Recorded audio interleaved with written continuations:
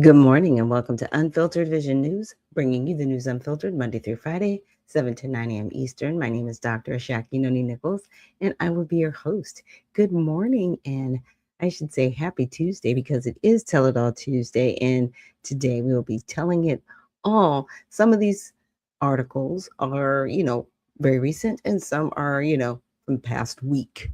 So, just playing a little catch up, but what I do like about Tell It All Tuesday is that we get to dive into some articles that are of importance, right? And some are just kind of like off the beaten path that we may not have noticed because the news cycle is so large right now. And I just need to remind everybody just to stay prayerful and stay diligent because, again, all of the stuff that's happening is very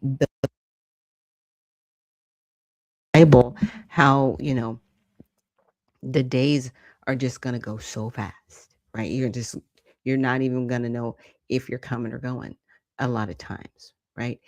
Things are going to be happening around us that are just so unbelievable that we're going to be like, what? But by the time we say what to that, there's three different things that happened over here. And so just reminding everybody just to keep your heart and mind focused on God and stay vigilant. And with that, let's get into our kids' corner.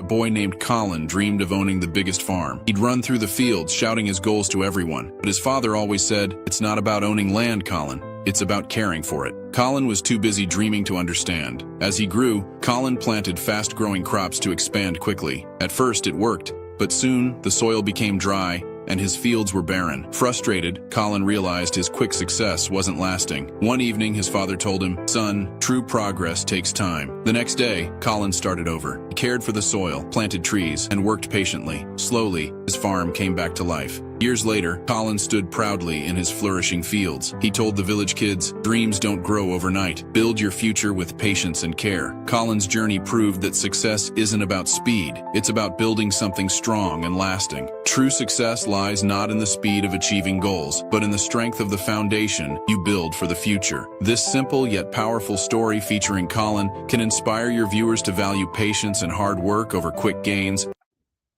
Yeah. Because is it nice to have small wins? I'm not going to say it isn't. It is good. But the small wins are letting you know that, you're building the proper foundation. But you have to take the time to build it, right? If you build it on sand, it will sink, right? And not to belabor this, but I want to bring it up before we get into honoring God with our body. There politically, a lot of people built on sand and it's sinking. And they're wondering why, because they're like, well, everybody should think like this. Not necessarily. And it's happening on both sides. So again, did they build properly so that they would actually produce a harvest, right? Because what you sow, so shall you reap.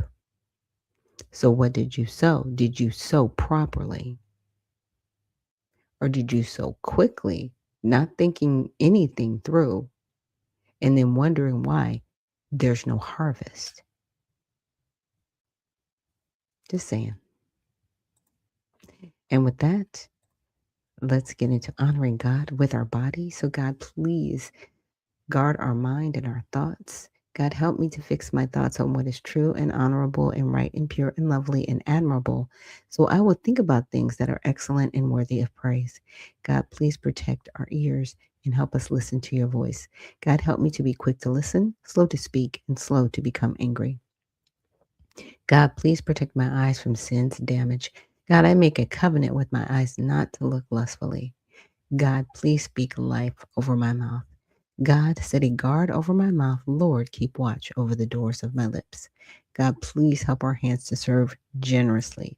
God, help me to do good to everyone, and especially to those who belong to our family in the faith.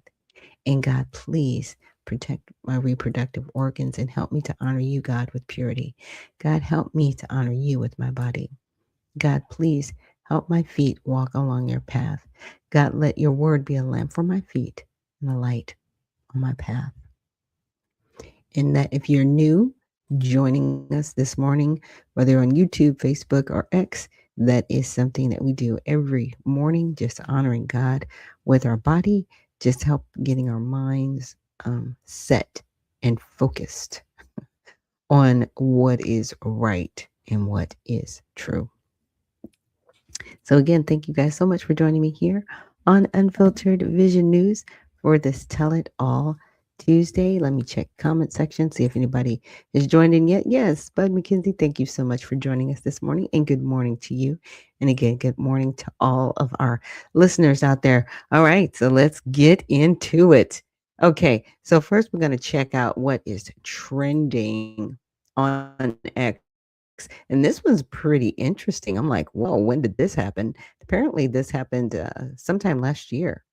So there was a fake Texas arrest story divides online over migrant rights. Okay, so on March 2nd, that would have been yesterday, a post at Newswire Patriot claimed a Texas man charged undocumented migrants $200 each for rides, only to drop them at detention centers, sparking hero worship for some, like at number one Nick Dar, who called him a hero, while critics such as lawyer Mark Randazza labeled it fraud. Supporters saw it as clever payback amid Texas's record migrant encounters and border tensions. But no matching arrest appears in ICE records. The Justice Department releases or major news outlets. The image traces back to mid 2025 memes without sources. The story highlights how unverified posts fuel debates on immigration, sanctuary policies, and vigilantism, blending outrage with wishful thinking. So I'm like, what happened?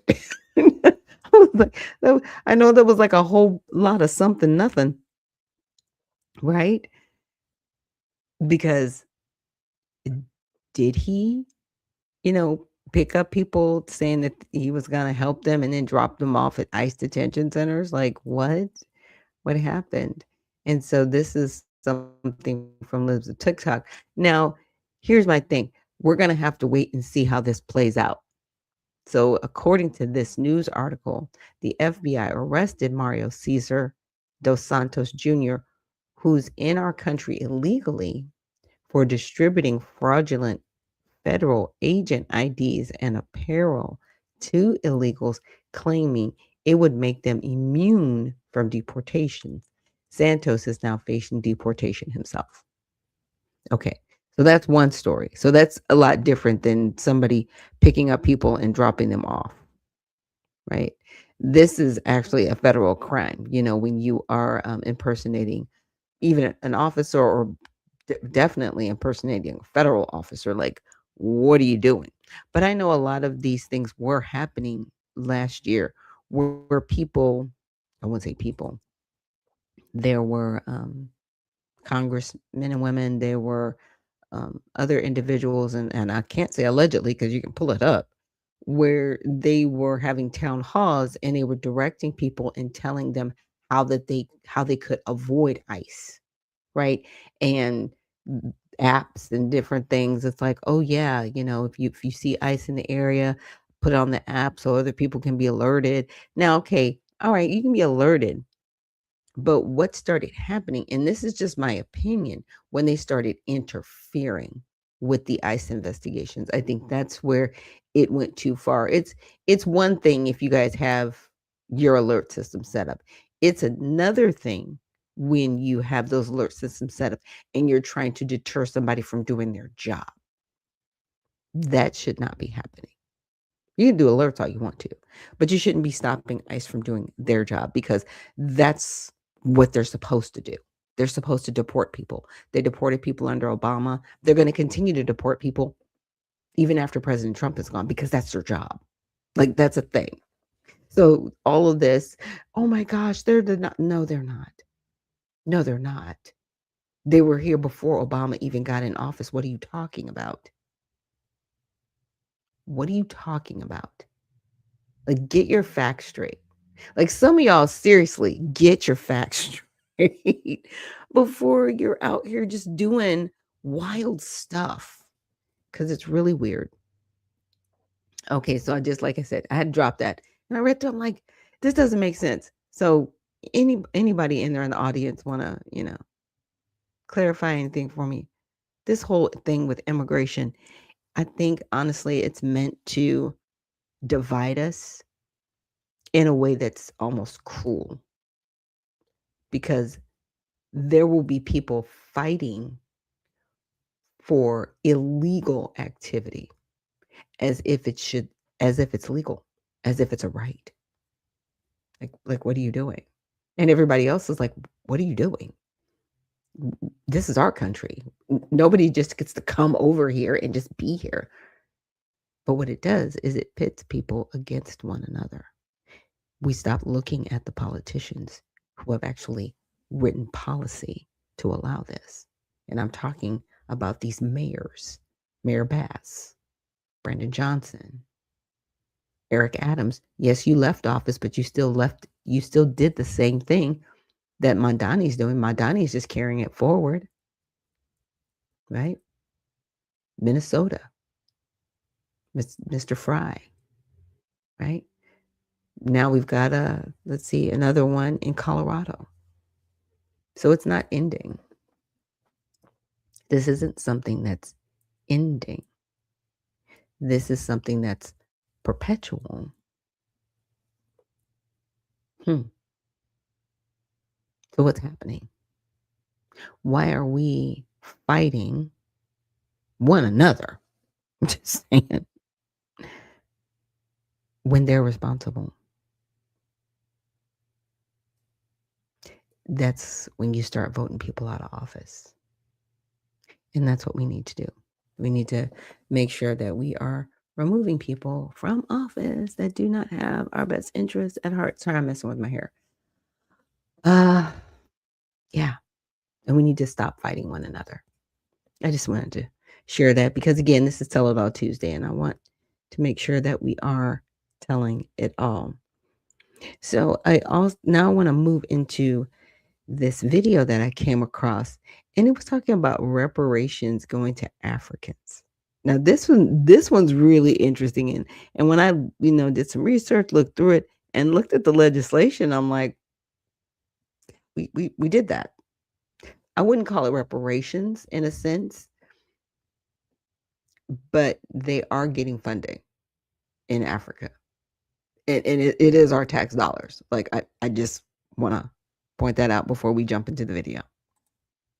Back and do a part 2 of the USADF, or the United States African Development Foundation, which is business funds only for African businesses. And I can say that because the fund specifically says that the business has to be 100% African owned and 100% African managed.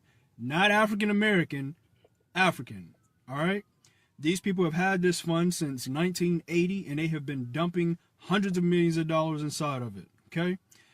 I wanted to see how much money these people have received recently, and I came across the GAO, which is the Government Accountability Office, and they said between the years of 2019 and 2023, our government has used our taxpayers' dollars to give African businesses and startups $141 million.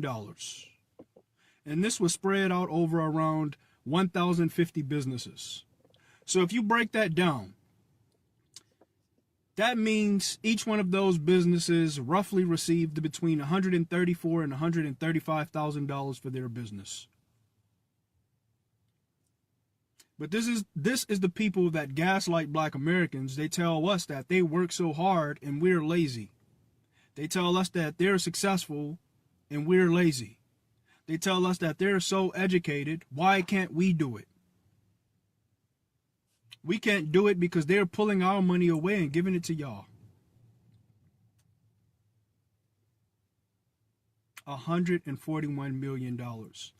Black Americans, when we want to go get a business loan from the SBA, which many Black people are denied, right?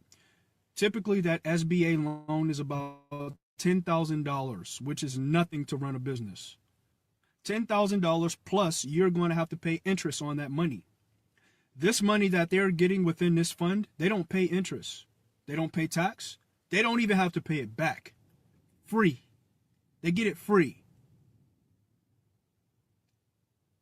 We have to set up GoFundMes and beg family and friends to support our businesses. But these people are getting the machine of our money behind them. So this is the difference between our success and theirs. We need to tap into that money. We need to stop that money flow. I told you once before, you guys hate Trump, but Trump is the president that tried to stop that money from going over there. Because he said we have a people right in this country that's at a deficit. That is why he told them if they're going to continue to receive that money, they're going to have to come up off those resources, and they're going to have to make trade and business agreements with the United States. If not, we're taking the money. And when he did that, you guys called him racist.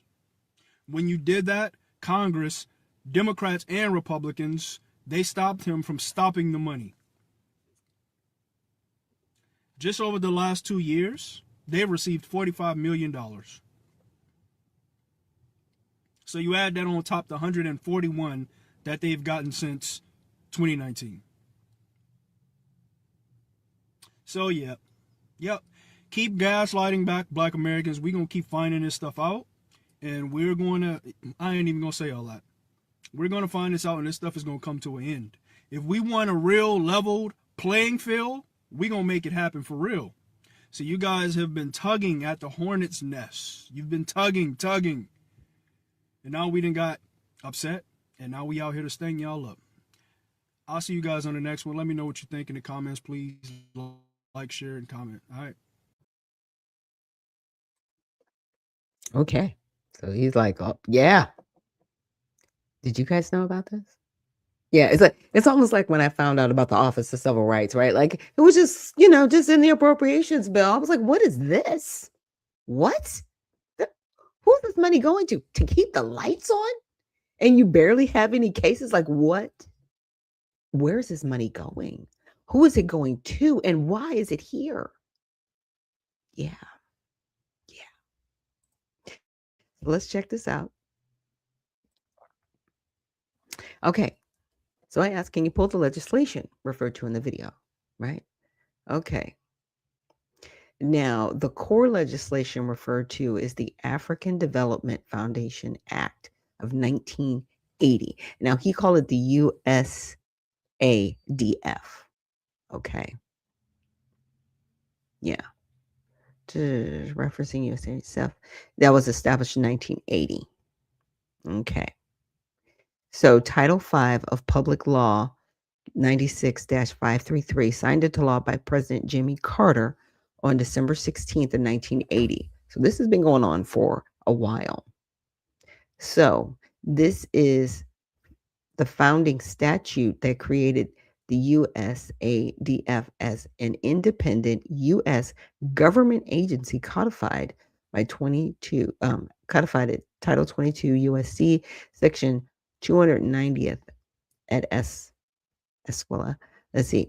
It authorizes the foundation to provide grants and support for grassroots economic and social development in Africa. Grants. So grants are things that you don't have to pay back. Support is something you don't have to pay back. And like the gentleman was saying, we are constantly told that we are lazy and shiftless. And how dare you? You guys are always just taking advantage. Are we? How did y'all even get this money? It's like, it's really crazy. Oh my, there's a lot of comments in here. I need a moderator. Okay, so the law explicitly states the foundation has perpetual succession. That means it goes on forever until Congress, unless Congress shuts it down. Perpetual. Unless dissolved by an act of Congress, which is why recent 2526 proposals to abolish it, such as Senate Bill 1054 or House Resolution 7605 will require new legislation to repeal this act. So they're still going to get this money. It's just a part of the budget now, right? Right? It's part of the budget. Annual appropriations by Congress from the U.S. Treasury via Department of State, foreign operations, and related programs. Appropriations bills. The USADF does not generate its own revenue. It's 100% federally funded through regular congressional appropriations. That means our tax dollars. Okay? Just want to let you know where the money's coming from. It's coming from us. So as of fiscal year 2024, $45 million was appropriated via public law 118-47.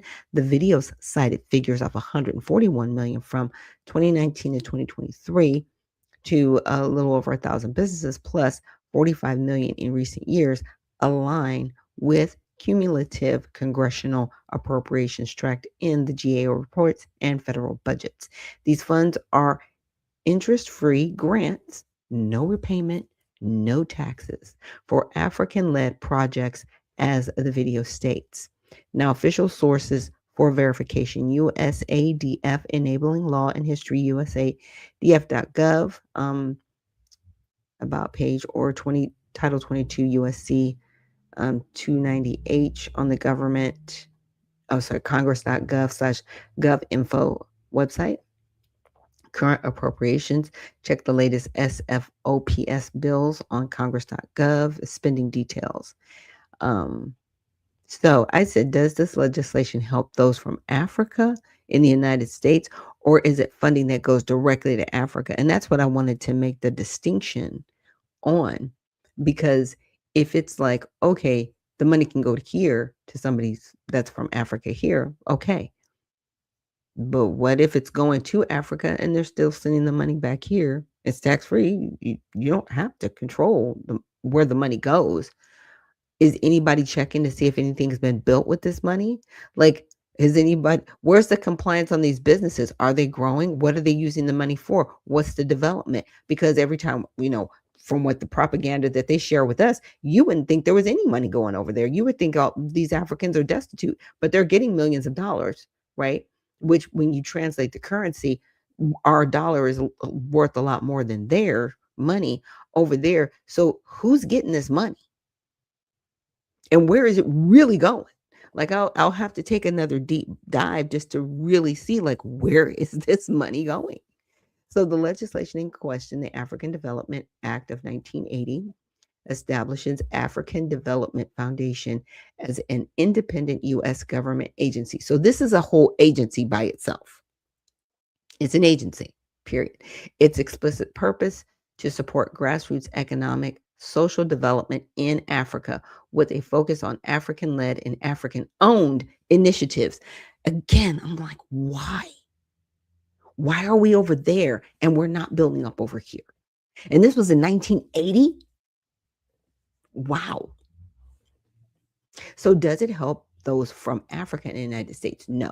The core program does not provide grants or direct funding to individuals, businesses, or organizations located in the United States, including African immigrants, African Americans, or diaspora-owned businesses operating domestically.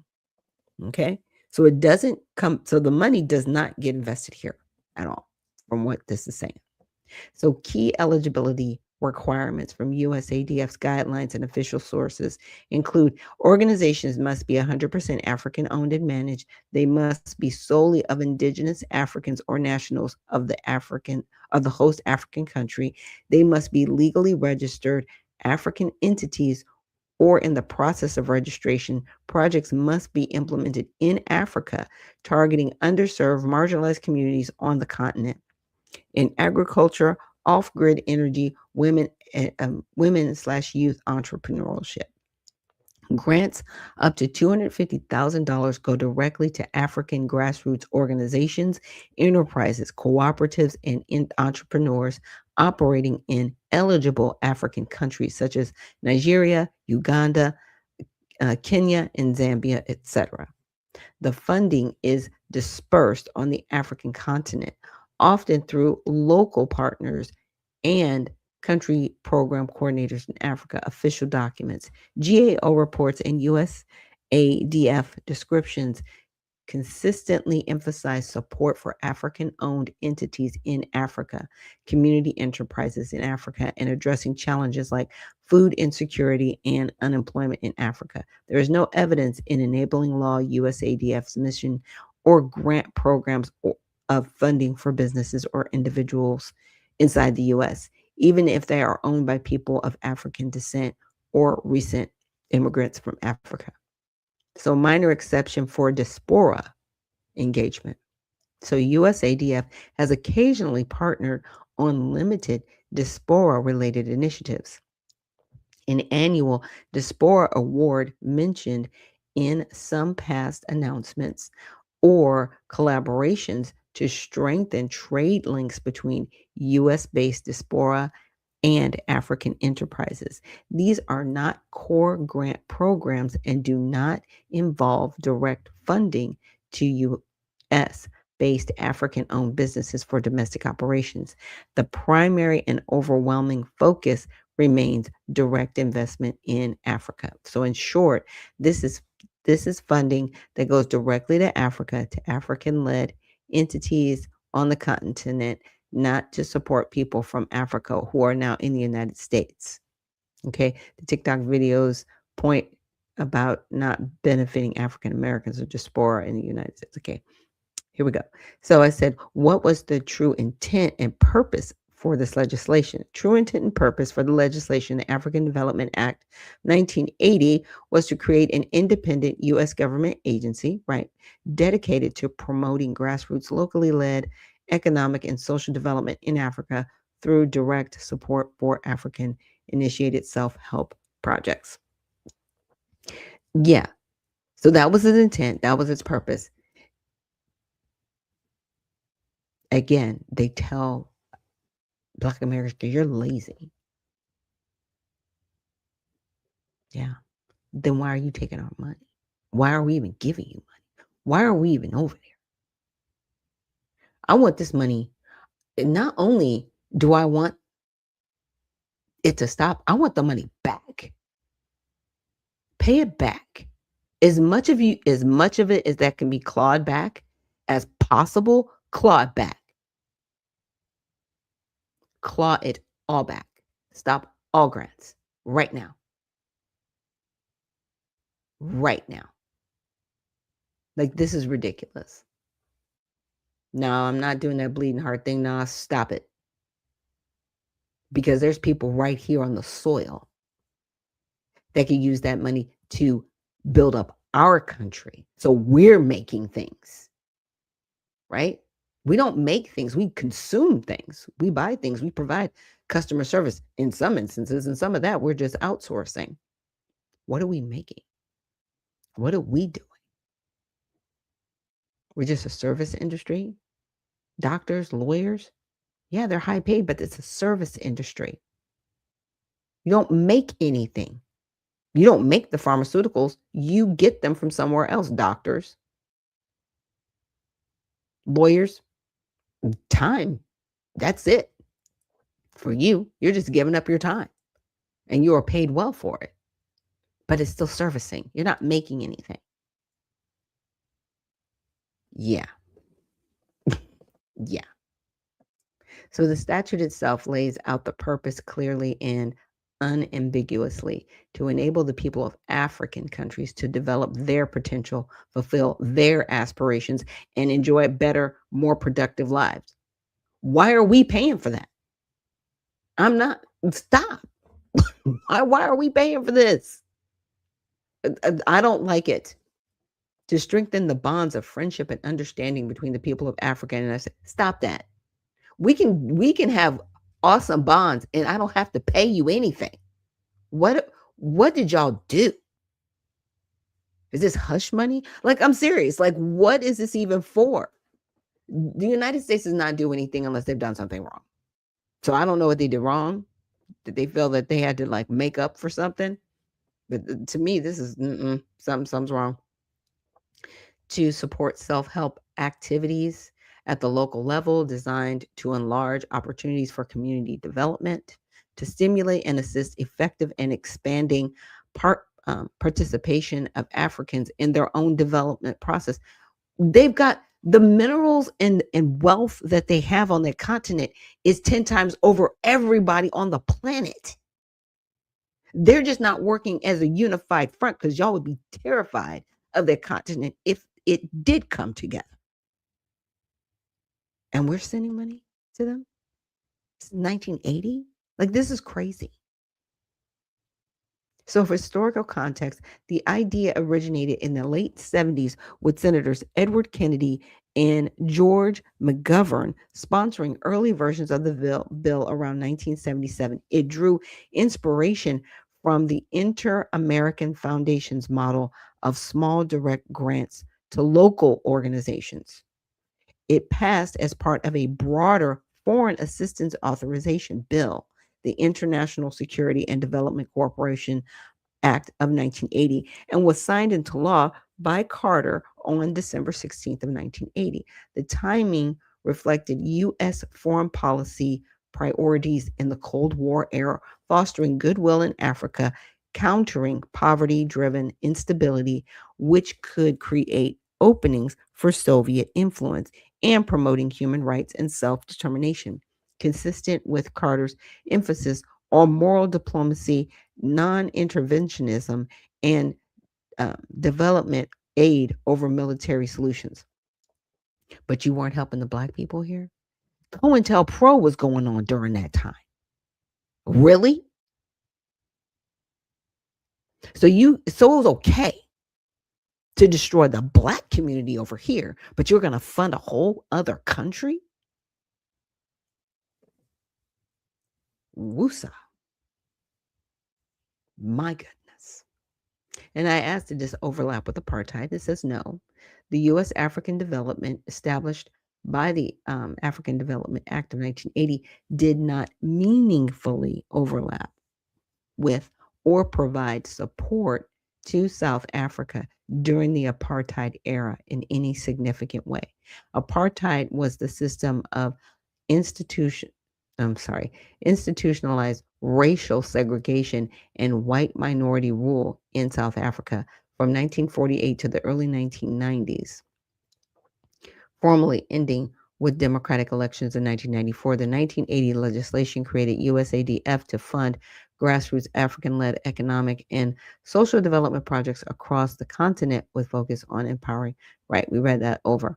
But I just wanted to check. I was like, okay, because obviously this came around in 1980. Apartheid had been going around, like I said, right. The whole apartheid thing was going on since 48. So you're saying no, it didn't overlap, but they kind of did timing wise. I'm just looking at the timing. Okay. So South Africa was not a primary or eligible focus for USADF during apartheid. USADF's mandate targeted underserved and indigenous African communities in sub-Saharan Africa, emphasizing self-help and locally driven initiatives, historical records, and congressional intent. The USADF's own descriptions show no evidence of grants or programs operating in South Africa under apartheid. The agency's early operation 1980s onward concentrated on countries like those in Sahel, East Africa, and other regions facing poverty, drought, and underdevelopment, not the apartheid regime's territories. Okay. But again, still, I just, to know what was happening here in America and to know that you were sending millions of dollars, and till this day, look, it ain't stopped. It's still going to another country, building up their country, building up Africans. But you can't do that here. And when Black Americans here, and I'm not talking about just melanated humans, I am talking about descendants of slavery. When we, because I am one, speak up, it's like, why are you guys talking? Why are you getting so angry? Why are you so upset? We are tired of you just basically flushing our birthright down the toilet and sending it to other people who don't care. We're tired. We are tired. Look, and I'm sure everybody else is too. They don't want their tax dollars going over there. You didn't ask them. Just a mess. Now, Congress overrode Reagan's veto in 1986 to pass the Comprehensive Anti-Apartheid Act, imposing sanctions and directing some aid specifically to apartheid victims via USAID programs for education, human rights, and Black-led initiatives inside South Africa. However, USADF was a separate independent agency. Again, this is an agency with funding, federal. Okay. With a continent-wide grassroots mandate not tied to those targeted anti-apartheid efforts. Okay. All right, I'm gonna get off my soapbox with it. But y'all can see, I'm a little triggered. I'm a little triggered by it because again, people keep saying, "Oh, there's no money. There's no this." But when I find stuff like this, I'm like, "What do you mean there's no money? Okay, maybe not now because you've been sending it like a drunken sailor at the bar, just buying everybody. Hey, let's do another round. Stop that. It's just a mess. It's just a mess."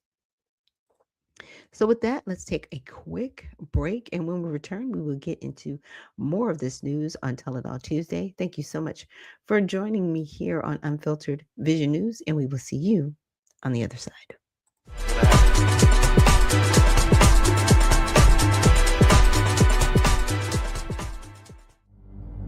A life empowered is closer than you think. We're all looking for a better way. Reimagine what's next with a new sense of exuberance. Why not power on like you mean it? Or power off blissfully? A better sleep is a better awake. You've never moved like this before.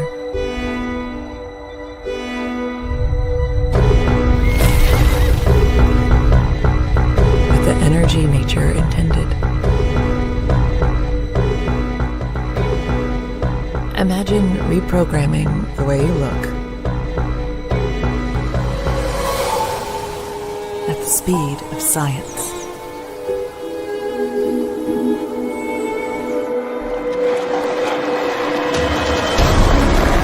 At longevity. At exhilaration. It's next level rejuvenation. Take your well-being from the inside out and outside in. The light within is ready to ignite. Be the light. LifeWave.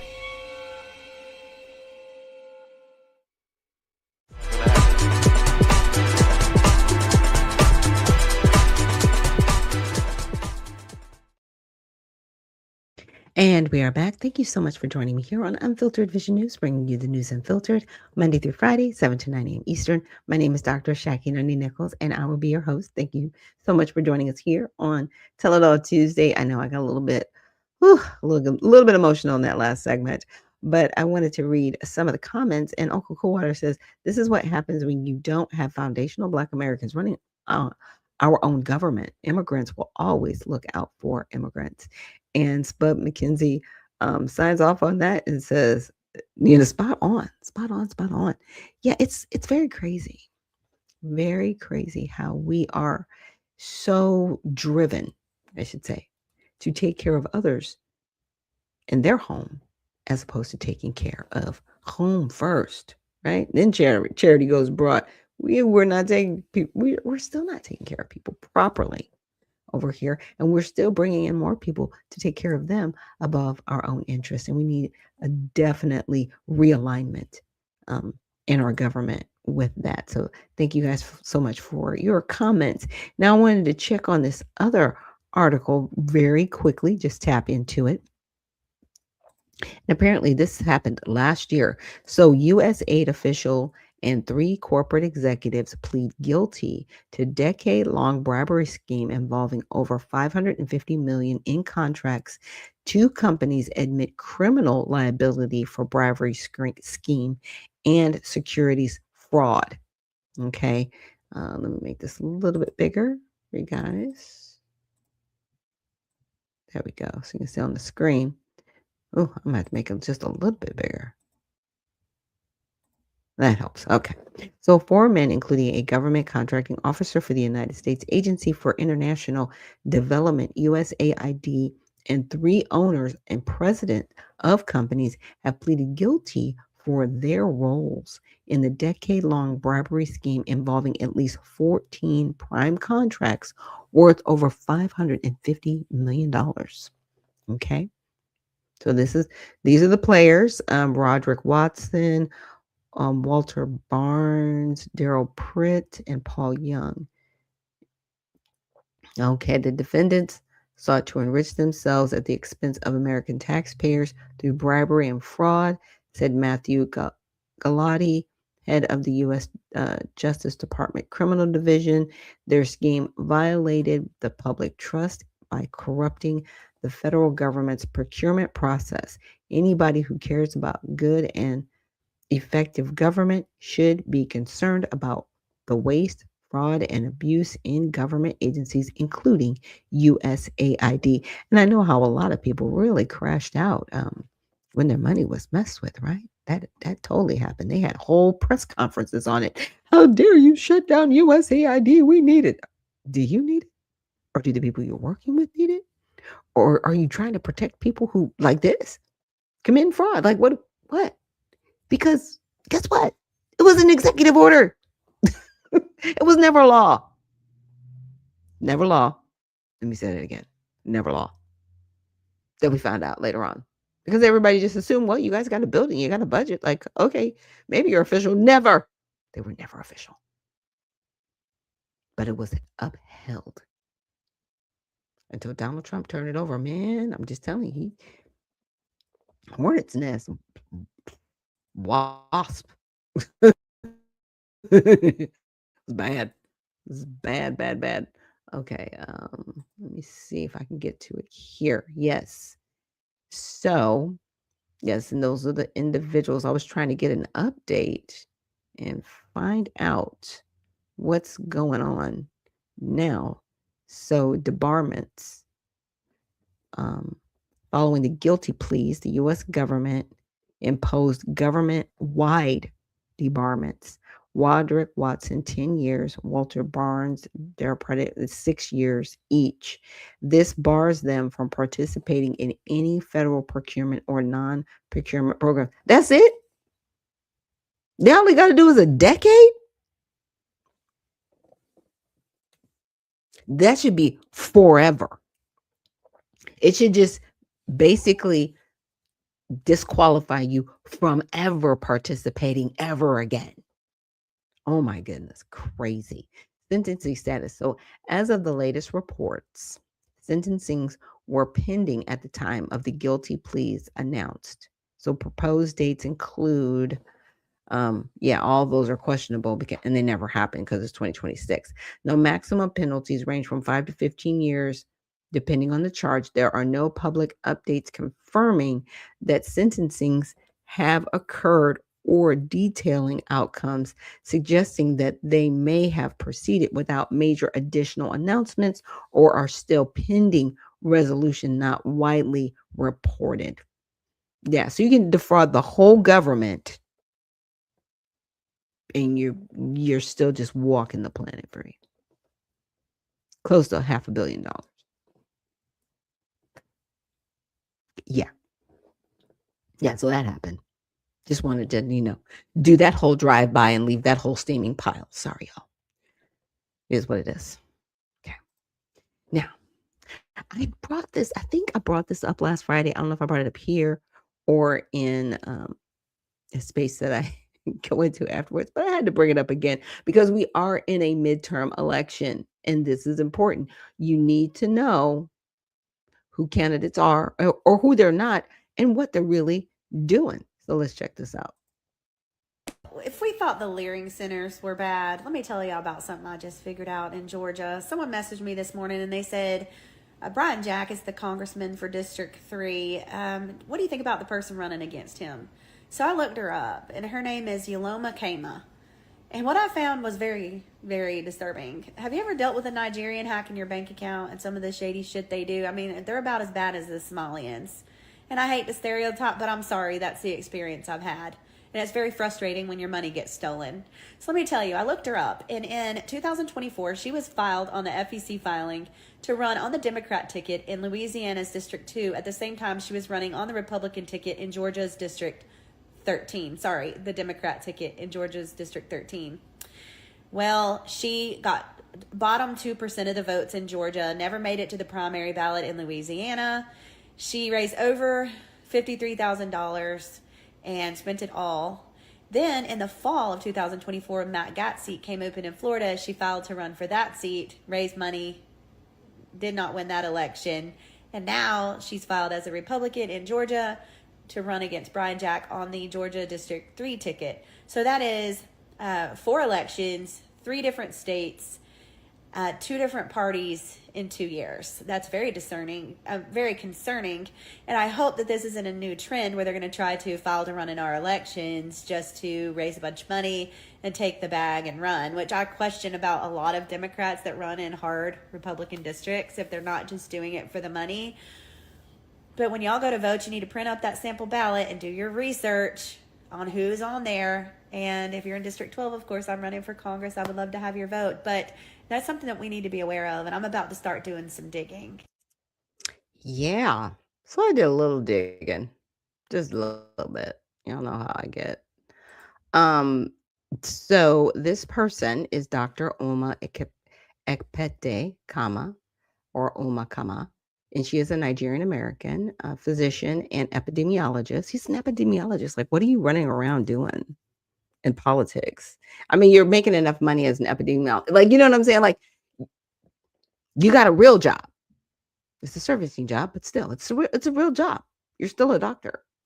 She's pursued multiple candidacies for federal office across several states since 2022. Okay, between the Democrat and Republican affiliations. So if she was doing this and she was just Democrat everywhere, I'd be like, okay, whatever, or just Republican everywhere. But she's flip-flopping between both parties, and nobody's caught this yet. Like, something has to be done about this person. So she holds a medical degree, and she has worked as a physician. She's got public profiles as that. She was born in Nigeria. She was naturalized as a U.S. citizen. You're naturalized as a U.S. citizen. And this is fraud. Yeah.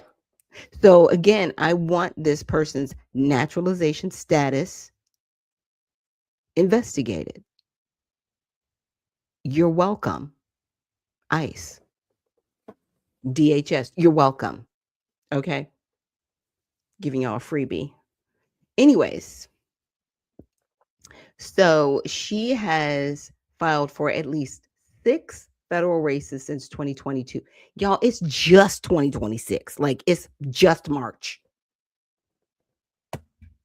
March just happened on Sunday. What? Spanning 4 different states. See, the lady in the video, she only mentioned 3. There's 4. Florida, Georgia, Louisiana, and Rhode Island. How did Rhode Island even get in the mix? Like, what is going on? And for both major parties, she has not won any elections or advanced to a general ballot. Outcomes often involve failing to qualify or receiving low vote shares, typically under 5%. Here's a chronological summary based on FEC filings, state election records, and Ballotopia data. Now, here's the other thing. Like, she's doing all this, she's running, and she's doing the FEC filing. So she's doing that legitimate part, I guess. But You have to actually be a resident of the state, not just domicile. You can't have domicile even in 4 states in 4 years. You would have to live every place for at least a year and then to have any qualification. Like, this is weird. Like, we really need to they need to buckle down on this one. But yeah, but I'm okay with this person being deported. I'm really okay with it because you weren't born here. You're naturalized. And again, in my opinion, the stuff she's doing is really shady. It should be illegal, and she just hasn't gotten caught yet. But if she does, I'm okay with her being denaturalized and deported and never be in America again, because this is disgusting. It's gross. So in 22, she ran for U.S. Senate in Florida against Marco Rubio. And she ran with no party affiliation. In 23, she ran in Rhode Island. So she went from Florida to Rhode Island. And she ran against the seat that was vacated, and that was a special election by David Cicilline, who was a Democrat. She was mostly self-funded but did not qualify. And this was an open seat in a Democratic race. Okay. And then in 24, she ran in Louisiana. So she went from here to here over there. District 2 as a Democrat to challenge incumbent Troy Carter and did not qualify for the nonpartisan primary. And then later in 2024, so in the same year, which is so weird, she was running for Georgia District 13. That has to be fraud. I'm just saying, like, you can't. How? You're just like trying to, and District 13 is my district. That's literally the district I live in. Ran in the Democratic primary in May 21st of 2024 against incumbent David Scott and 5 other challengers. Finished with at least 2%. How did you even get some votes? Like, this is crazy. And Scott won with 57% of the votes. Her platform was not prominently featured in media coverage, which focused on more funded challengers like Marcus Flowers. So in the same year, she was going into a primary, right, against Scott, and almost like, okay, so I guess I didn't win that one, so I'm just going to go and run against this other incumbent in a totally different state in November. Okay. So 24, 25, we're still in 24. She filed as a Republican. After that, okay. Oh my goodness. And Florida District 1 for the special seat to replace Matt Gaetz. And she filed, but she did not qualify for the January 28, 25 ballot. The seat was ultimately won by Jimmy Patronis, and he's a Republican, in April of last year. Now in 2026, she's running again in Georgia, okay, and running against the incumbent Brian Jack in the primary that's scheduled for this May 19th, 2026. And this is her current active candidacy. She also has been noted as filing for Georgia's 14th district, Marjorie Taylor Greene, though it's not unclear if that's an active or alternative. She's doing a lot, and she's naturalized. I need her removed from the country before people actually vote her into office.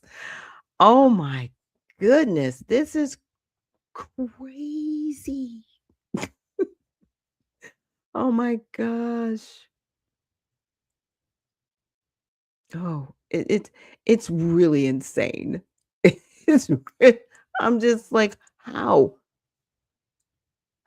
How are you managing this? But again, she is a doctor, so she's got some money. Like, she's got a real job. She's got a real thing that she's doing. I guess. I don't know. Would you trust her to be your doctor? I don't know. I don't know if I trust her. It's weird. Okay. So moving on from that. Moving on from that. We have a article. And now this is a proposal. Now this has not happened. I just want everybody to know this has not happened. It is being proposed that they're looking into actually taking away bank accounts for people who are not here legally, right? So if you're here illegally, cannot get a bank account. Now, this is a proposal by the Trump administration, has not come through yet, but they're still doing articles on it. So let's just check out what CNN has to say. Banks to take part in an immigration crackdown. What I mean by that is sources tell CNN the administration is considering requiring financial institutions to collect and verify their customers' citizenship status, something banks aren't currently required to do. One source says the new policy could come through an executive order. CNN's Matt Egan is following this story for us. So, Matt, what are you learning about how banks are responding to this possibility? Yeah, well, Omar, this does appear to be part of the Trump administration's aggressive immigration crackdown. Sources tell CNN's Priscilla Alvarez and I that the administration is considering new action that would require banks to check the citizenship status of their customers. Now, this would be something that would actually apply not just on a go-forward basis, but also to existing customers, which is pretty stunning when you think about just how many customers the banks already have. Now, this action could also require banks to check a different category of documents than what they normally look at, including passports. Now, I do want to stress that nothing here has been announced or finalized. It's not clear here whether or not this would come in the form of an executive order or some other action. We reached out to the White House, and a spokesperson said that any reporting on policy that hasn't been officially announced is just speculation.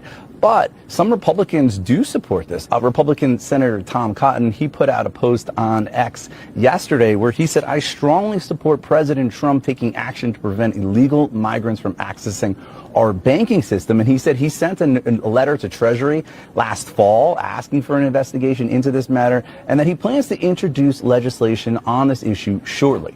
Now, Omar, you asked about how the industry is reacting. Officially, they're not really saying much, right? Representatives from major banks, from bank trade groups, they haven't commented on this. However, sources do tell CNN that the industry is concerned here because they're worried that this kind of action, it could almost compel them to be part of the administration's immigration crackdown. One financial industry source told me that verifying every bank customer's citizenship status would be unworkable. This source said it's a bad idea. We are very alarmed. Now, banks are required to adhere to anti-money laundering rules, know your customer rules, but they don't track the citizenship status of their customers. So if this did become official, that would certainly be a significant change. There's also some questions about whether or not this could discourage immigrants from keeping their money in the bank, even undocumented. Okay, first of all, when they always go back to, it would just be so difficult. Oh my gosh, stop that. Stop that. We have technology now, and if somebody has an ITIN number with a particular digit right in front of it, then you know they are not documented here.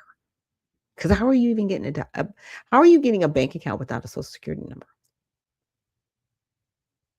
I don't know anybody out there, Bueller. They want they want a left kidney to open up bank accounts. Are you serious right now? Stop that. And you're just gonna let people just walk on in scot-free and be like, hey, yeah, of course you can have everything you want to. No, of course not. Of course we're not gonna check on anything, right? Why would we ever do that? Why would we ever do that? Now, again, this isn't something that the White House is doing. They're not doing this. It's kind of just chatter right now. I'll basically call it that. I'm okay with it, but here's the deal. It's not going to stop these people from doing illegal stuff. And what it would do, it would actually help track a lot of these people, right, who are here illegally, and ICE would be able to pick them up. And what they don't want to do is they don't want to share any of their information, right? We want to get drug lords, but we don't want to get people that are here illegally. In my opinion, crime is crime. You shouldn't be here. And you definitely shouldn't be getting access as a U.S. citizen would get access. I can't go to another country and just open up a bank account there. Can I? I don't know. I haven't checked it. I don't think I can. You know why? Because I don't have proper identification as a citizen of that country to have an account. Let's just make it plain, make it clear. But we are affording people rights and benefits that they should not have because they are here illegally. And that's what it comes back to. I know they're trying to track people any way that they possibly can. And a bank account would be an easy way, right? Driver's license, that's another way. But some things are at the state level, right? And because banks are backed by the federal government, there are certain, pieces of information that they can be afforded to have from the banks, especially when they are trying to vet people. Yeah, this is why banks are, can help in criminal investigations when you've got, people moving around large amounts of money and they are criminals. Again, nobody wants to see these people here illegally as criminals, and they are. At the end of the day, they are criminals. They are here illegally. They are breaking the law, period. And there's no excuse for it now. So people are still walking around saying, hey, it's okay that they're here. You support illegal activity. Just say it. Just admit it. And stop trying to color it and make it all cute and beautiful and say what it's not. It is illegal activity. I need you to just, have some intellectual honesty. Now, with that, we're going to check out a video. And this is a product that actually our brother Riza Islam has on the market, and it's called Intellectual Power. So let's just check out this testimony from this mom. First sentence he has ever put together on his own, ever. We decided to purchase Intellectual Power for my son who has autism, ADHD.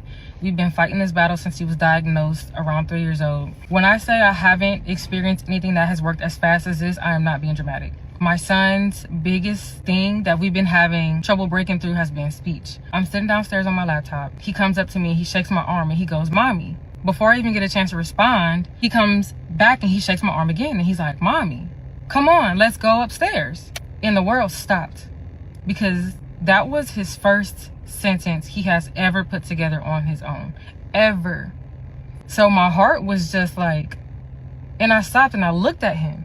And I look at his stepdad and I go, did you hear that? And he's like, yeah, what was that? And I was like, I don't know. I must have grabbed this bottle, read it, put it down, read it again, and was like, what is in this? Because how is it possible that worked that fast? This was only his third time having Intellectual Power, and it wasn't even consistently before that. Maybe before we took that pill, it was maybe 2 weeks.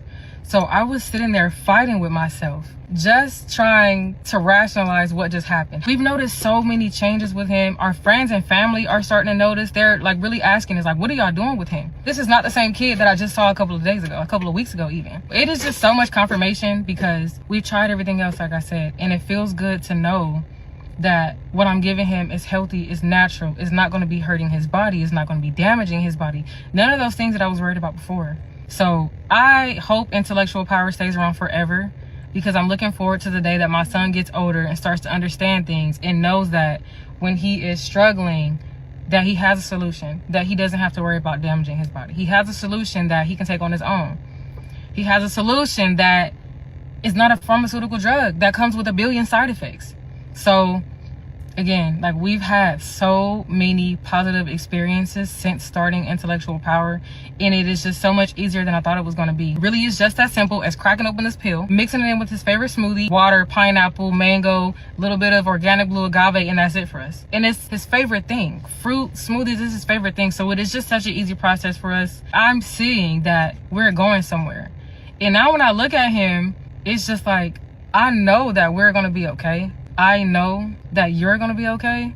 I daydream now. Like, just imagine what we can get done if we just continue. I hope Intellectual Power stays around forever, because I don't want to try anything else. I don't have to try anything else. We already found something that works for us. We're going to continue to use it. I got another bottle waiting for us to crack it open already once we finish this one. So I just have to share that with somebody. If you are a parent with a child who has a developmental disability, speech delay, autism, it won't hurt to give it a try. This was such an easy thing for us to do, considering we tried everything else already. So I just wanted to share that with you. I want somebody who is dealing with what we deal with, going through what we're going through, to understand that your pharmaceutical medication is not the only option. Yeah. So I just wanted to share that with you guys. And I'll definitely make sure to share the link in the repost for Intellectual Power. And that is produced by Riza Islam. Okay. And so next, oh my goodness, I'm so grateful that my husband does a lot. He helps me out a lot with some of these articles to go through, because he'll be like, oh, did you see this? Did you hear about this? And I'm like, thank you for being, eyes and ears for me out in the ether. So apparently, this is about a week ago, I guess, on the Young Turks. And they brought up a video of Laura Loomer. And it kind of is looking at the double standard going on right now. And I think a lot of people see it, and the double standard is what's okay for me and not for they. We'll just put it that way, right? I can do what I want to do, but you can't. Okay. Do what I say and not as I do. How many other ones can I come up with? I'm just saying that's what's going on. So let's check this out. I want to know what people are actually going to do. My life is ruined. Does anybody understand how ruined my life is? I'm sick of it. I don't want to listen to people tell me that I'm a conspiracy theorist. They don't know what it's like to be me. My life is ruined. Well, watching that meltdown helps me understand just how much of a Zionist she is. Perpetual victim, everything's about her. That was Laura Loomer, who, well, has the president's ear when it comes to things like hiring and firing people in the White House, or what we should do with foreign policy. But nonetheless, one of the nation's biggest Islamophobes has been funding the nation's largest Muslim civil rights and advocacy organizations. And it's all thanks to her crash out following her Twitter ban in 2018. Cenk, your 2 cents before we get to the details? I hadn't seen that video before. It's going to be daily viewing from now on. That was fun. That was super fun. Hey, tell that me as the victim. Oh, cry more, bitch. Okay, so why do I say that? You'll see later the things she said about. Okay, now just to get you guys caught up, some of you guys may not follow Laura Loomer. I've seen her, and I did see her around 2018. And what ended up happening was she was banned from Uber. Okay, and she was also banned from PayPal. So she didn't really have ways to move money around that she thought, were safe, obviously through PayPal. And, she couldn't use rideshare at all. Like, she got banned from it. And it was interesting because the reason for her banning at that particular time was just her political position. She hadn't done anything. She hadn't been arrested. She hadn't committed any crimes or anything like that. It was just her political positioning. So you're caught up. Me in particular, and Muslims in general, she's the worst bigot in the country. And media's like, what? She didn't say anything against Jews. She's perfectly fine. All right. So if you can recall, Laura Loomer was permanently banned from Twitter in late November of 2018, and that was due to her anti-Muslim comments, her Islamophobic statements. She decided to put all the blame on the Council on American Islamic Relations, otherwise known as CARE, and their Florida chapter in particular. Okay, now CARE, and we talked about this yesterday on the show, in Texas, they are deemed a terrorist organization. So let's continue. She alleged that they were fully responsible for her ban on social media and that they were trying to censor conservative voices. Now, she later sued. She sued them, and as you can guess, it didn't go so well for her, and the case quickly was dismissed by a judge who called her nonsensical. And even looking at the notice of removal, you can see, just how delusional Laura Loomer was and is.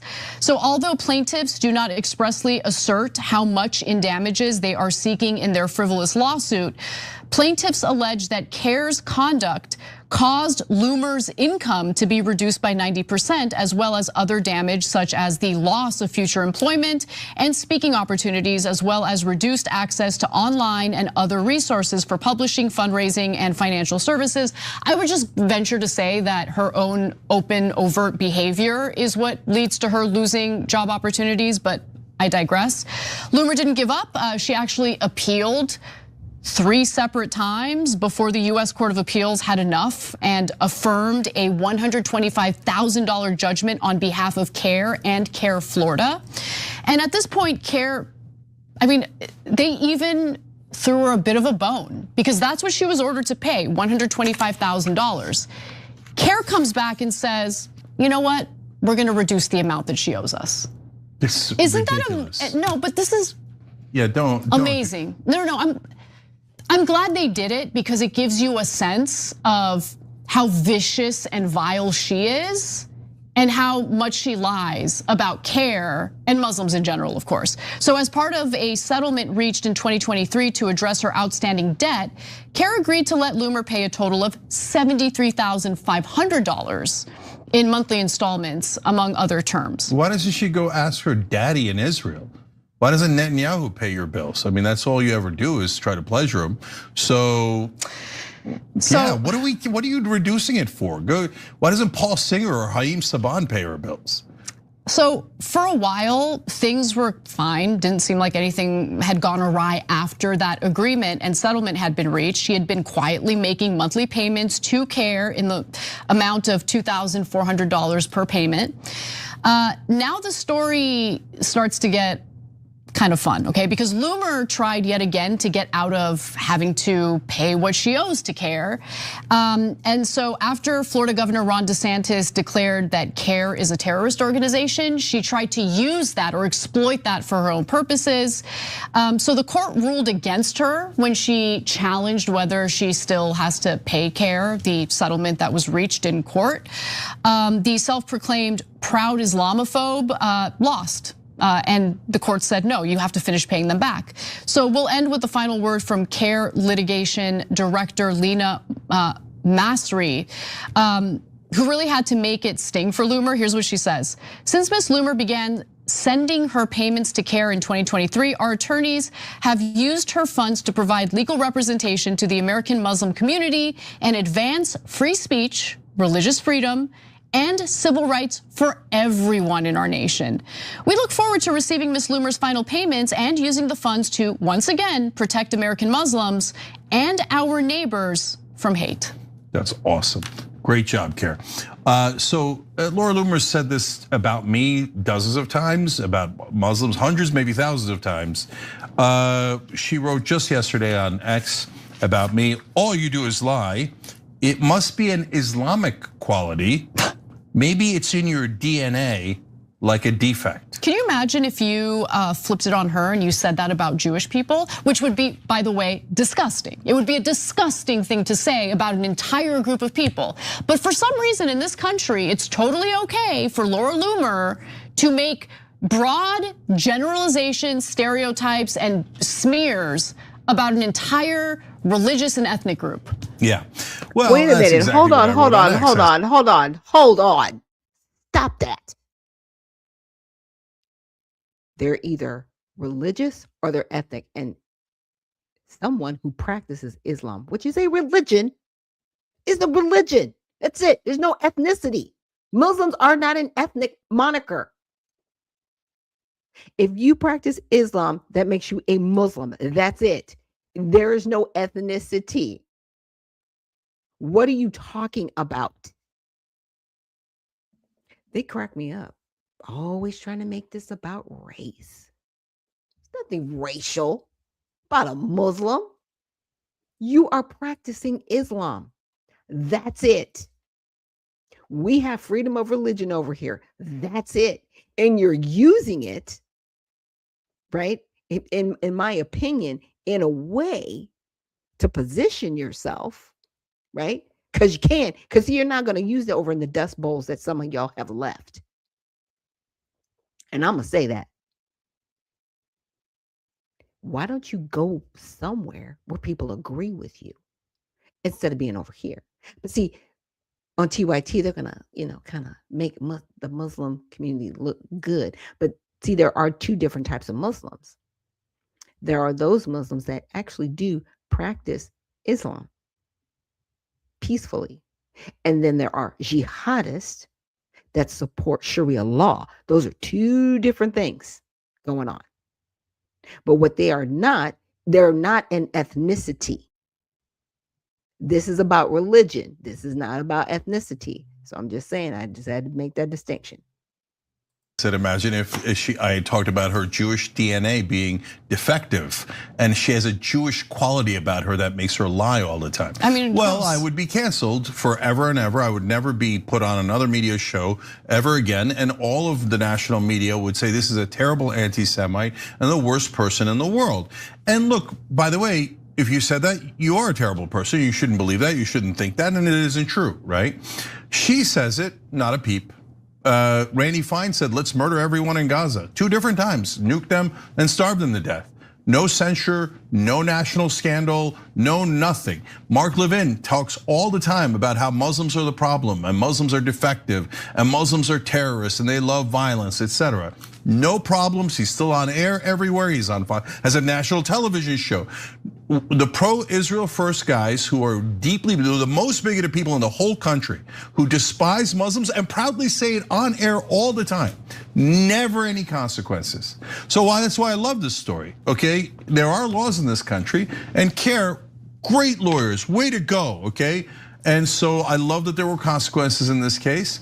But if it's up to the national media, there would never be consequences for Israel first. And they would say, if you criticize anyone who's Jewish or anyone who's even supports Israel, you should be canceled for the rest of time. You want to say the worst things in the world about Muslims? Jake Tapper and Dana Bash don't care at all. They're like, the girl, way to go, right? Now they didn't say that, but I don't see them getting outraged by Randy Fine or Laura Loomer or Mark Levin. Never saw them talk anything about those people ever, ever, ever. Never a national story. No one at the New York Times cares. No one in media cares because, it's only Muslims. And then they all pretend that they care so much about bigotry. You know but why, only though, right? if it's against Jewish people. And see, this is where the line gets blended and weird and crossed. It's not about bigotry. Stop it. Stop trying to make this about race. This is, like I said, this is what trips me out about these people. Stop that. Stop it. Y'all are having a religious battle. Either it's a religious battle or it's a racial battle. You cannot have both. Muslims are not an ethnic group. You are a religious group. That's it. That's your lane, and that's it. And unfortunately, some people that practice that religion are terrorists, and they are proud of it. It is what it is. Sorry. Y'all need to have a meeting. Because I don't subscribe to it. So you guys need to have a meeting. You need to figure it out. And then they use it to eliminate every opponent of Israel. But if it's against Muslims or Christians, shut up. No one cares. Yeah, I mean, look. Again, and why are you bringing Christians into this? This isn't even our conversation. Stop it. Stop that. And moving on. I got more stuff to cover. My goodness. I just had to say that was just like, okay. I mean, I get his point, right? It is a total double standard. And it is. And look, what is going on with Israel right now, outside of what's happening with the confrontation and conflict and bombings and all that stuff that we have. Hopefully we will not go into a full-scale war, because in my opinion, it will be another Vietnam. It will be unending. It will have no resolution, and we will lose hundreds of thousands of people, and we do not want that. Okay? Whatever the goal is, the end game, we need to know it. We need to have an exit plan, and it needs to involve no more people dying. That's what it needs to be. Quickly. Like, y'all need to wrap this up by Saturday, okay? And figure it out. That's all I'm saying. Figure it out. You've got till Saturday. We all had a meeting, and we all agreed to this. So you just need to catch up and do your job. Okay. So with that said, let's get into this article from Jew Almighty, and it's about the BAFTA Awards with Michael B. Jordan. I'll just play the video, let it speak for itself. Delroy Lindo, two talented, successful, highly respected black actors, were subjected to the indignity of being called an N-word, hard R, live on stage while presenting at the BAFTA Award. The first BAFTA of the night for a vital part of movie making. Of course they were offended, shocked, and probably taken aback. They stayed composed, professional, and continued presenting. Even though they shouldn't have had to. They shouldn't have been put in that position in the first place. That clip on Michael B. Jordan and Delroy Lindo getting called the hard R by a man with Tourette's as they're presenting an award is mind-boggling to me. The entire internet just saw these two black men who were just trying to do their job and present an award get called a slur in front of an entire audience. But to make matters worse, BAFTA and BBC chose to air that racist and embarrassing moment, even though they had hours to edit it out, just like they did other things they didn't want aired. If the vocal tick that had taken place at the BAFTAs had been Free Palestine, would that have been edited out? Because we know that it was edited out, Free Palestine, when Akinola Davis Jr. said it during his speech. But then for some reason, the N-word being hurled at Michael B. Jordan and Delroy Lindo, that was left in. But with all of that happening, you would at least expect a real, genuine apology from the host of the awards, BAFTA itself, BBC, somebody. Instead, we got sorry if you're offended apologies. Tourette syndrome is a disability, and the tics you've heard tonight are involuntary, which means the person who has Tourette syndrome has no control over their language. We apologize if you were offended. And a repeated call for grace, empathy, and understanding for John Davison, who is an activist for Tourette syndrome awareness. They didn't extend the same empathy and understanding of how hurtful and offensive that incident was for Michael B. Jordan, Delroy Lindo, or the black community as a whole. The worst part about this is that all of you are ignoring the feelings of the black people and saying, oh, you just have to accept it because this man has Tourette's. I said in my last video, you can't control the tics. You can't control having a disorder, but he should definitely apologize. But I'm Jew, welcome to the channel. Please like and share the video. Don't forget to sub. Now, let's get into it. Delroy and I are delighted to be presenting the first BAFTA of the night for a vital part of movie making.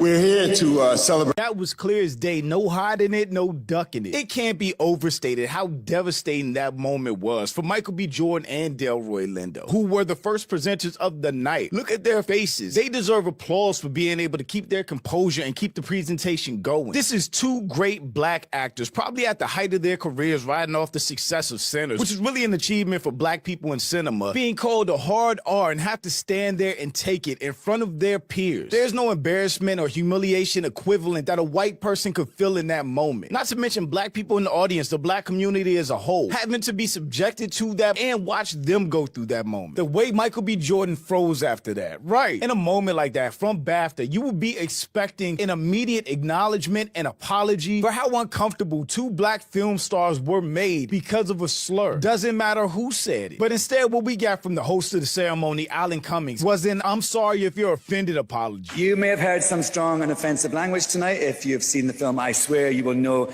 that film is about the experience of a person with Tourette syndrome. Tourette syndrome is a disability, and the tics you've heard tonight are involuntary, which means the person who has Tourette syndrome has no control over their language. We apologise if you were offended. Apologize if you were offended ain't enough. We are offended. The black community is offended. The black men who were standing up there presenting with dignity are offended, were embarrassed and humiliated by that incident. I'm sorry if you're offended. Apology is not enough. It should have been to the gentleman up there. I extend my fullest, genuine apology for BAFTA and the incident that happened. Something. Not I'm sorry if you're offended. When two black famous actors, damn near icons, are called the N-word, hard R, live in front of the full audience, their peers, and was aired. And Alan Cummings' handling of that situation was a sign of things to come. Because from that moment on, BAFTA and everybody else not black basically took the side of John Davison, who has Tourette, and a more severe version of it with the tic that forces him to say offensive things called coprolalia, which causes involuntary, uncontrollable outbursts of obscene, taboo, or socially inappropriate words or phrases most commonly associated with Tourette syndrome. And apparently it's really rare, like only 10% of people that even have Tourette's have coprolalia. And while you can understand that that's a disability, it does not excuse the racism or the words that came out of his mouth or the impact it caused people. This BAFTA situation with John Davidson and Tourette's has been very eye-opening. My comment section on my last video was a slew of white people telling me that I need to educate myself on Tourette's. It's not that big of a deal. You guys don't know what you're talking about. And I say to you, you are some of the most delusional people known to man. When black people are explaining to you our very valid feelings of racism, disrespect, and stripping us away from our dignity and humaneness, you should listen. One person who has a condition, who lives with a condition that is Tourette's, that is very real, doesn't get to gain his dignity at the cost of two other black men. Hannah Beekler, who was a set production designer on Sinners, let us know that he used that word more than once. He said it 3 different times to 4 different black people. The worst part about this is that all of you are ignoring the feelings of the black people and saying, oh, you just have to accept it because this man has Tourette's. I said in my last video, you can't control the tics. You can't control having a disorder, but he should definitely apologize. And we're not asking for him to apologize because of his disability that he lives with, because he can't control that. He needs to apologize for the harm that his actions caused on national TV. But instead of these men ever just getting a genuine apology from BAFTA, from John Davison, from anybody, they were told, and we were all told, that we can't be offended. We need to understand the situation. We need to show empathy and grace without that ever being extended to those men and how they felt standing on stage being called the N-word. To the point that Delroy Lindo said nobody from BAFTA even came to speak with him afterwards. Then it was kind of announced that sometime after that, John Davison actually left the award. But it doesn't change anything, especially after we learned that BAFTA and BBC had time to edit out that whole incident, the N-word being aired with these men on stage, and they chose not to. BAFTA and the BBC failed Michael B. Jordan, Delroy Lindo, the Tourette's community, and viewers when they allowed the N-word to be aired during the BAFTA Film Awards ceremony. With the tape delay, this moment could have been handled differently. The audio could have been muted in the broadcast, or just the word beeped out, something, anything. The segment could have been edited. Instead, the slur went out. There was absolutely no reason for BBC to not edit that out when they had been editing out other stuff all night before it aired. With the 2-hour delay, the BBC could have removed the N-word slur from its BAFTA coverage and chose not to. Meanwhile, it cut director Akinola Davies Jr. saying free Palestine, a clear editorial decision driven by fear of pro-Israel lobby groups. Shame on them. To those watching at home, archive your loved ones, archive your stories yesterday, today, and forever. For Nigeria, for London, the Congo, Sudan, free Palestine. So removing free Palestine to them is more urgent and important than removing the N-word being yelled at 2 black men on stage. If the vocal tic that had taken place at the BAFTAs had been Free Palestine, would that have been edited out? Because we know that it was edited out, Free Palestine, when Akinola Davis Jr., my G, said it during his speech. That was edited out by the BBC because the ceremony took place and wasn't aired until 2 hours later. But then for some reason, the N-word being hurled at Michael B. Jordan and Delroy Lindo, that was left in. A disability is a disability. My thing is, there was a lack of safeguarding from the organisers, from the BBC who were broadcasting it, and from BAFTA as a whole. Their is an issue here. And the way that I would say white institutions decide and prioritize what is harm and what isn't, whether it was intentional or not for the word to be said, it doesn't change the impact that it has on those who it was said to, directed at, and those who had to hear it. Racism, one of the mechanics of it is humiliation. I can't speak for the two men who experienced that, but I would argue that it's humiliating. And then essentially people are doing all of this mental gymnastics to be like, well, nothing we can do. These things just happen. They're involuntary. Whilst I understand that, that does not diminish the impact of who, those who are experiencing it. And this is just a microcosm of what Black people generally face in society anyway. And I would like for the American Black History Month that we're currently in, some of you need to stop explaining to Black people how they get to feel about things that are only directed towards them in that moment. There absolutely is no explanation for it. If they had time to edit out Free Palestine, they had time to edit out N-word hard R, and they chose not to because they do not care. And they didn't care how that event and incident affected the Black men on stage or the Black community as a whole. Because even in their statements afterwards, they were asking for grace and understanding for John Davidson, and not the Black men that experienced racism, were humiliated on stage and had to carry on. The thing you should know about this moment is that the BAFTAs were not streamed live. So they saw this happen in real time. Then when they edited together their broadcast, they decided to leave this in, not remove that moment or bleep it out or edit it. They chose to just show you this as it happened. And you should ask yourself, why is that? How they actually put together the broadcast is laid out in this article right here, because they were very concerned about political speech and the potential for people saying things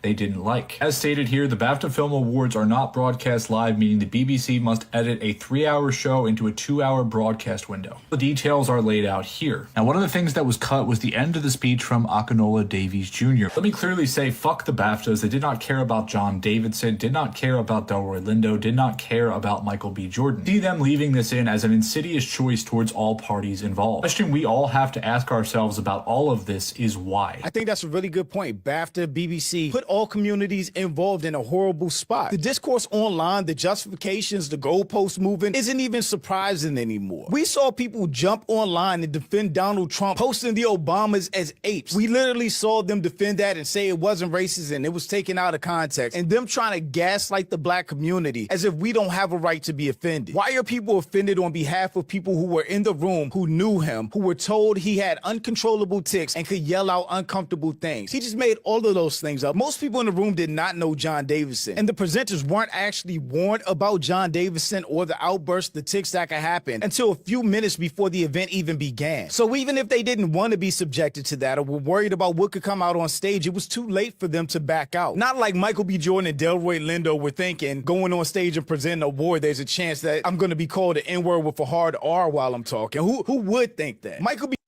Yeah. And I think what people forget is that that word actually means you are someone who is unintelligent. You can't read or write. You're ignorant. That is what that word means. And obviously the two men standing on stage presenting the award are very intelligent, and they can read and they can write. But I think the lady, she summed it up very well. Stop telling Black people how they're supposed to feel when we get disrespected. If we want to crash out like a 2-year-old toddler, let us crash out. Okay? Because we're offended. All right? And everybody's offense looks differently. Everybody handles it differently. Now, obviously, Michael B. Jordan and Mr. Delorindo, they handled it very well. They were very professional. They did not give the side-eye slight. Because, see, me, I would have been like, and that happened. Like, because, see, that's just how I get down. Okay? I would have looked over there and I would have been like, are you better? Now, people would have got offended at me because they would have been like, well, this person, they have an issue. I don't care. I said it. I do not care. Just like you do not care if I'm offended. We're just going to have, the I don't care Olympics right now. All right? And whoever gets offended the best wins. And that's it. There's no over offense. There's no victim award.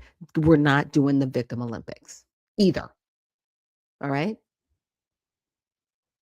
It happened. You can get offended even if somebody has a disorder. Stop that. No.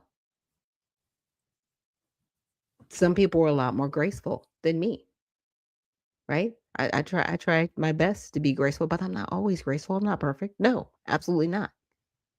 I'm just saying in that moment, would I have been that person that would have just stood there and took it? No. I would have said something, which is probably why God does not have me in that arena yet. I'm still learning, right? I'm not going to be rude, but I'm not going to be silent either. Okay? And I'm going to say something. And maybe I would have said something to, make it known, yes, what you just heard was very offensive. And I'm sorry if anyone in the room is offended. I am extremely offended. But we're going to move on with the program. Now, I would have done that because, like I said, it's just me. Apparently, these two gentlemen, they're better than me. And I'll give them that. They were silent and they did what they needed to do. And they were very professional. And Spud McKenzie says, I would have suddenly had a case of undiagnosed Tourette syndrome. It's like, that just fell out of my face. I'm so sorry. I don't even know where that came from. Yeah, it's weird. All right. Now we're getting down to our final article that I wanted to go over. Now, this one I saved towards the end because I wanted to make sure that you guys got to take this one in. Considered a conspiracy theory that vaccines might alter your mind, that they're meant for some sort of mind control. People said this during COVID-19. They said, oh, you know what? These vaccines might be doing something kind of weird to our brain. They might be doing this on purpose to us. And people said, oh, you are just a wacky conspiracy theorist. Well, now it turns out that newly circulating declassified CIA documents prove that, yes, the CIA actually has been, for decades, potentially researching how vaccines could be used for mind control, as well as many other methods. The documents that are circulating around are regarding Project Artichoke, is what it was called. Now, you're all familiar with MK Ultra, but this is a different mind control operation, apparently, inside the CIA. These documents here are called Special Research for Artichoke. They're dated the 21st of April of 1952, and there's a memo and an attachment. Also circulating around is this document here, which is a document from 1977. These are more artichoke files that were found later, and this is an internal CIA memo that was written in 1977 about these. Whoops, we found more files about this Project Artichoke several years later, a couple of decades later, 1977. Basically, the first set of documents, the Project Artichoke documents and memo, lay out what they want to do. So this says, look, we've got this grand idea of how we're basically going to drug people and do all kinds of weird experiments on them to see if we could control their minds. And it was all hypothetical. These documents don't show that anything was actually done. It just shows that we've got these really crazy ideas, and they're extremely unethical, inhumane, terrible, terrible ideas.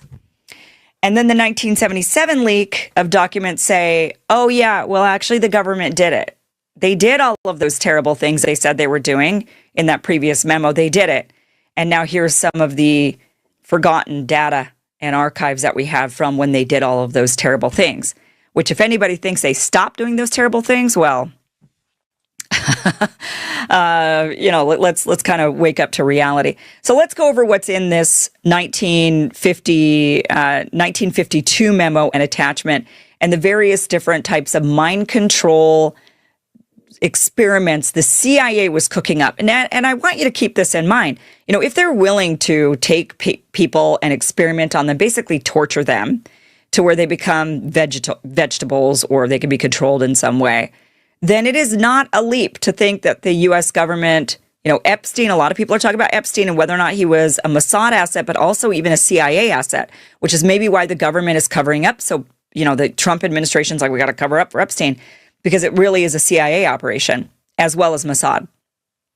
It's not a leap to think that Epstein would be with the CIA doing all of these heinous crimes against children, young girls, against people, when clearly what we've seen time and time again is the CIA has absolutely no morals or ethics.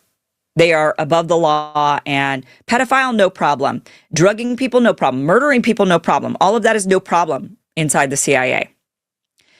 So, okay, these documents, Special Research for Artichoke, dated April 21st of 1952, the memo and an attachment. Basically what these are is a senior TSS officer calls Artichoke of extreme importance and says no time should be lost in getting Artichoke research underway, offering money and men to push projects forward. So this was very important to them.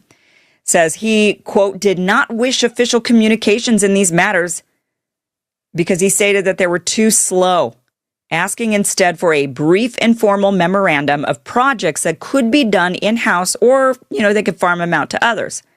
Now, the memo proposes developing long-term covert drugs that could be slipped into daily life. Drugs that were, quote, administered over a considerable period of time, possibly being placed in food or water that caused either agitation or depression.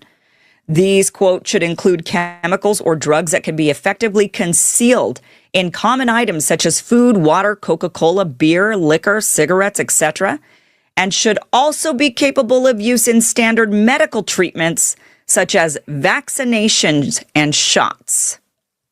So there you have it. Oh, those wild conspiracy theorists, they strike again. It calls for an exhaustive study of gases and aerosols and oxygen deprivation. Gas guns, jets, or sprays, both concealed or open, should be studied, it says, quote unquote, along with, quote, possible permanent brain injury and amnesias following lack of oxygen or exposure to other gases. They have no morals. They have no ethics. They have no humanity.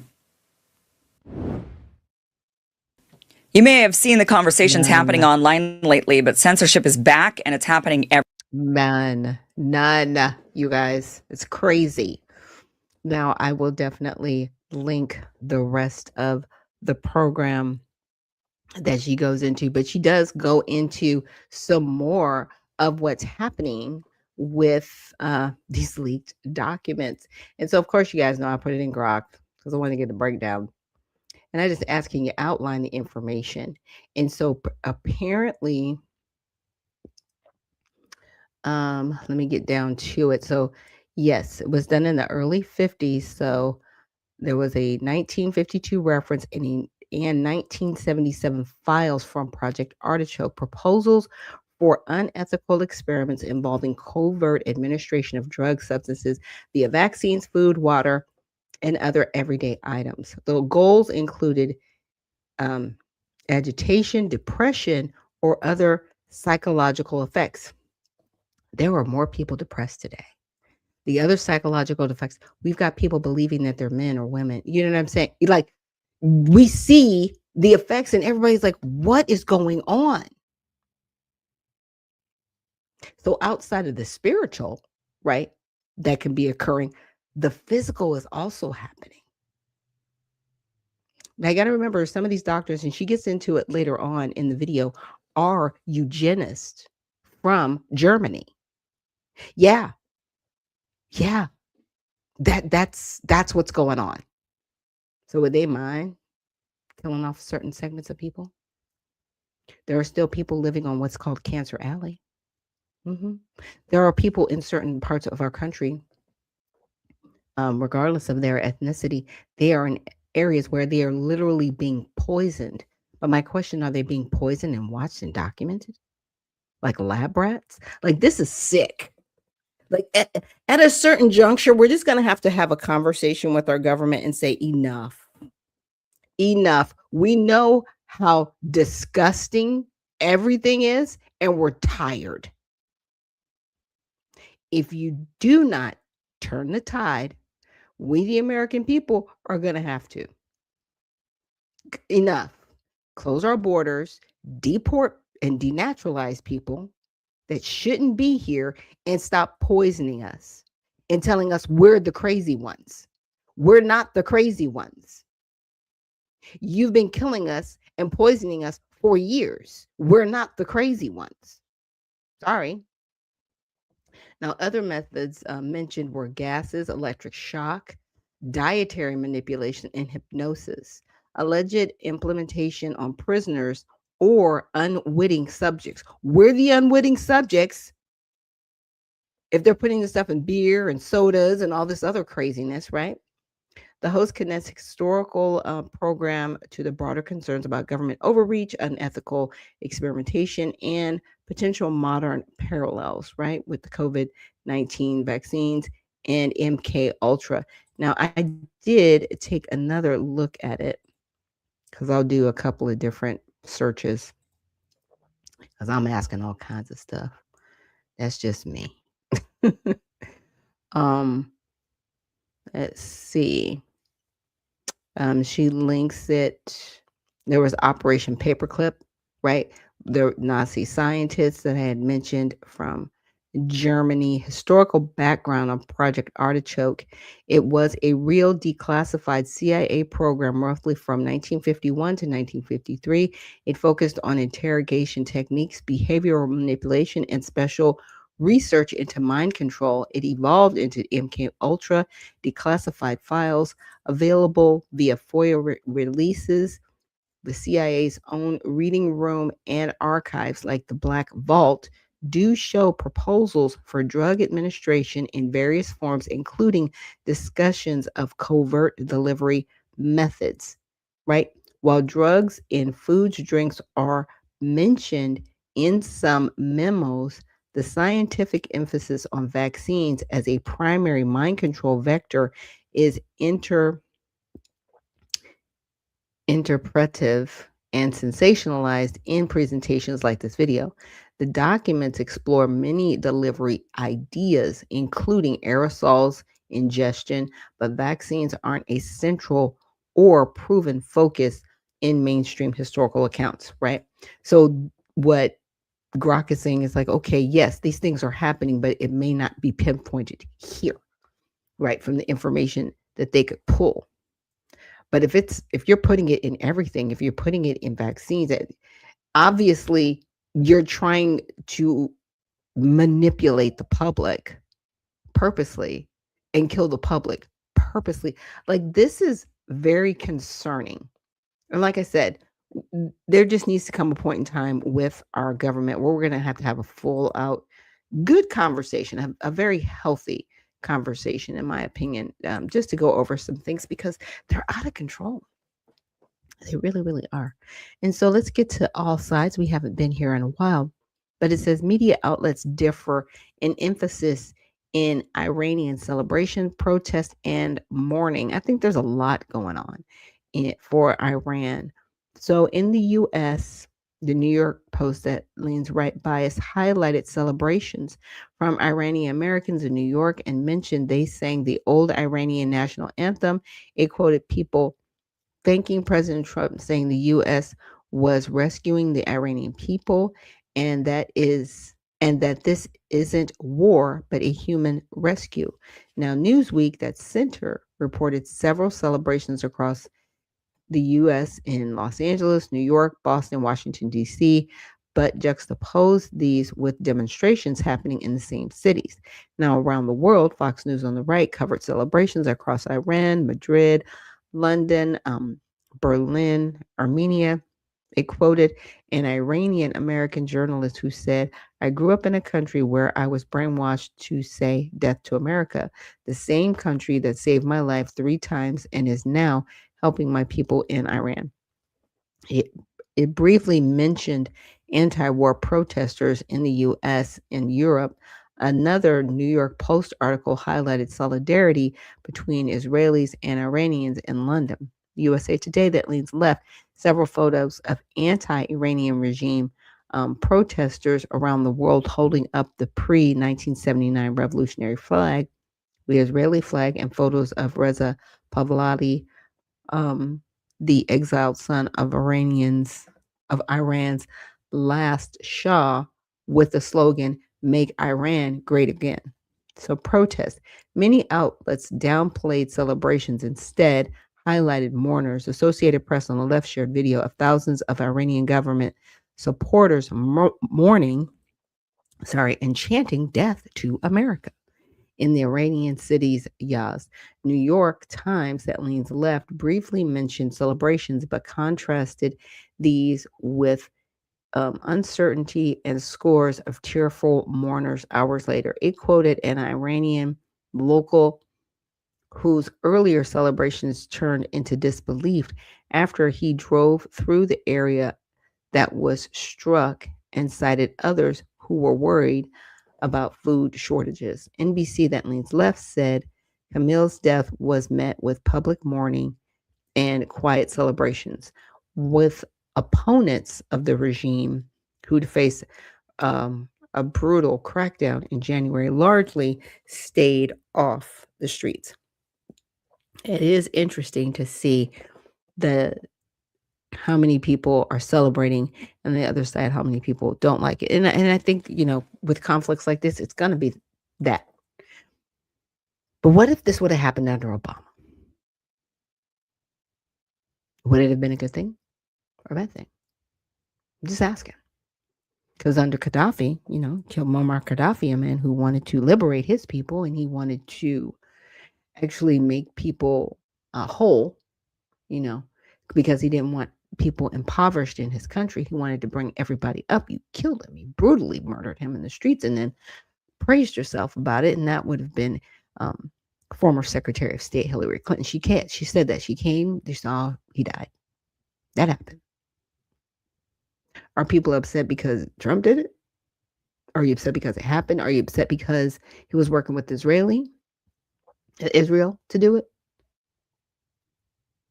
This is something I don't want to be a forever war. Like I said, you need to wrap this up by Saturday.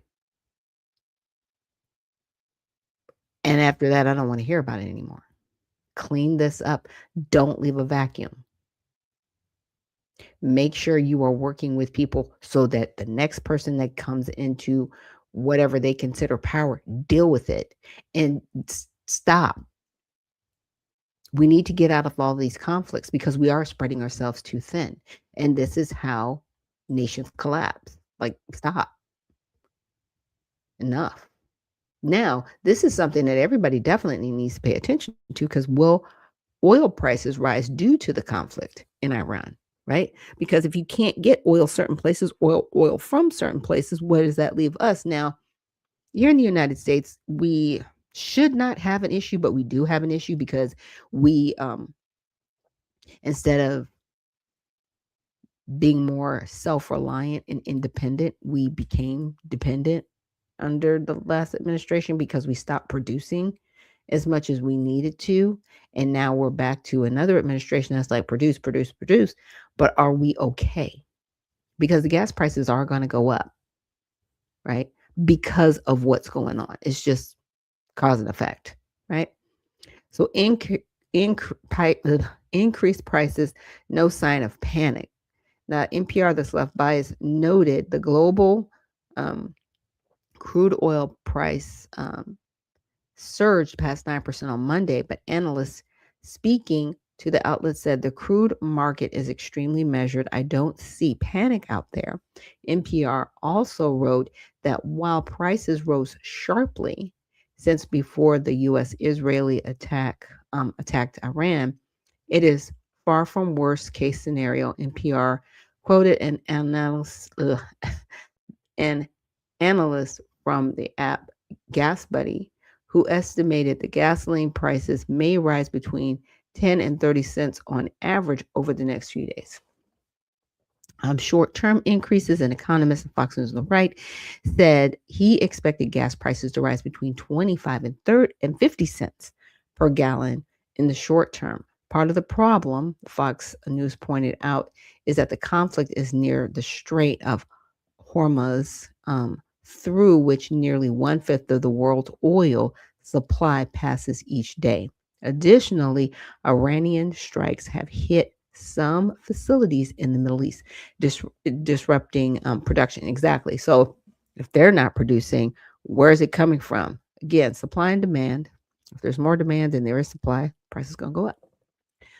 The Hill reported, and these are long-term interruptions, that diesel prices are expected to increase more than regular gasoline prices, potentially worsening inflation on other goods because shipping will become more expensive. Yep. Yes, so the consumers will pay. However, some analysts suggest that a regime change could lead to lower gas prices in the long term. In the future, Iranian government is more friendly to the West.